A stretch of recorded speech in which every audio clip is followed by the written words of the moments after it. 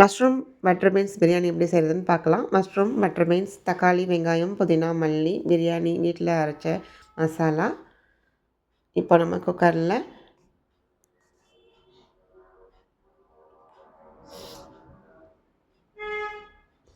Oil ஊற்றிக்கலாம். நான் நல்லெண்ணெய் தான் ஊற்றுறேன். 1 ஸ்பூன் நெய் போட்டுக்கிறேன்.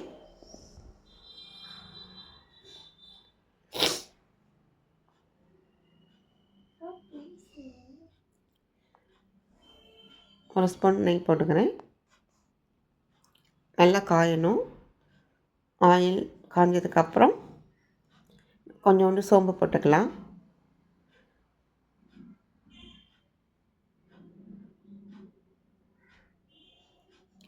பிரிஞ்சி இலை ஒரு 2-3 லீஃப் போட்டுக்கிறேன்.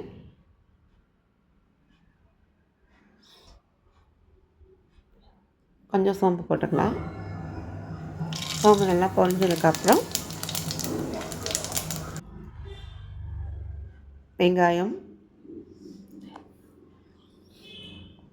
போட்டுட்டு நல்லா ஃப்ரை பண்ணணும்.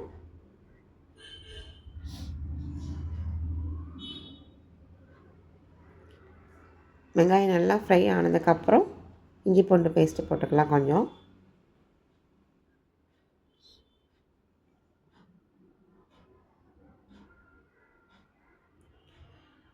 இஞ்சி பூண்டு பேஸ்ட் போட்டுட்டு நல்லா ஃப்ரை பண்ணணும்.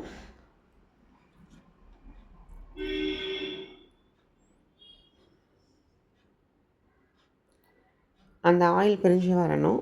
அது நல்லா ஃப்ரை ஆனதுக்கு இப்போ நம்ம மஷ்ரூம்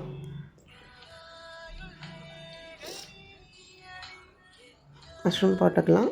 அதுக்கப்புறம் பட்டர் பீன்ஸ் எடுத்து வச்சுருக்கேன். ரெண்டையுமே ஒன்றாவே போட்டுட்டு நல்லா ஃப்ரை பண்ணலாம். இந்த ஸ்டேஜில் நம்ம தக்காளி, புதினா, மல்லி போட்டுக்கலாம்.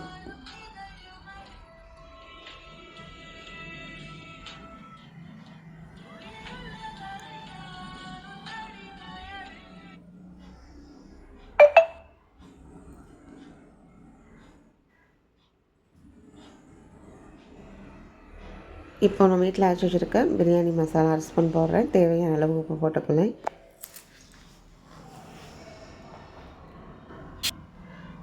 இப்போ பிரியாணி மசாலா கடையில் வாங்கினது உங்களுக்கு எது பிடிச்சிருக்கோ அதை போட்டுக்கலாம். ஒரு 3 ஸ்பூன் போட்டுக்கோங்க. 200 கிராமுக்கு 1 ஸ்பூன் அப்படி போட்டுக்கோங்க கணக்கு பண்ணி. இல்லை பச்சை மிளகா, தயிர் ஆட் பண்ணிக்கலாம். நான் அதெல்லாம் போடலை. போட்டால் நல்லா தான் இருக்கும்.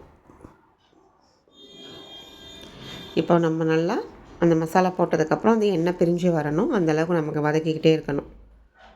அந்த எண்ணெய் பிரிஞ்சு வர்றது தான் ஒரு நல்ல ஸ்டேஜ். நல்லா நம்ம வதக்கிட்டோம் அப்படிங்கிற மாதிரி. அப்போ தான் டேஸ்ட் நல்லாயிருக்கும். எண்ணெய் பிரிஞ்சு வந்ததுக்கப்புறம் நான் தண்ணி ஊற்றிக்கிட்டேன். 1 வழக்குக்கு 2 வழக்கு தண்ணி. நான் இது பாஸ்மதி ரைஸ் தான் எடுத்திருக்கேன். 1/2 மணி நேரத்துக்கு முன்னாடியே ஊற வச்சுருக்கேன். நீங்கள் பாஸ்மதி அரிசிக்கு 1 வழக்குக்கு 2 வழக்கு தண்ணி ஊற்றிக்கோங்க. கரெக்டாக இருக்கும். 1 விசில் தான் வைப்பேன். சீக்கிரமே குக் ஆயிரும். 1க்கு 2 தண்ணி ஊற்றிக்கோங்க. 1/2 ஹவருக்கு முன்னாடியே ஊற வச்சுக்கோங்க. தண்ணி நல்லா பாயில் ஆனதுக்கப்புறம் நம்ம அரிசி எடுத்து போடலாம்.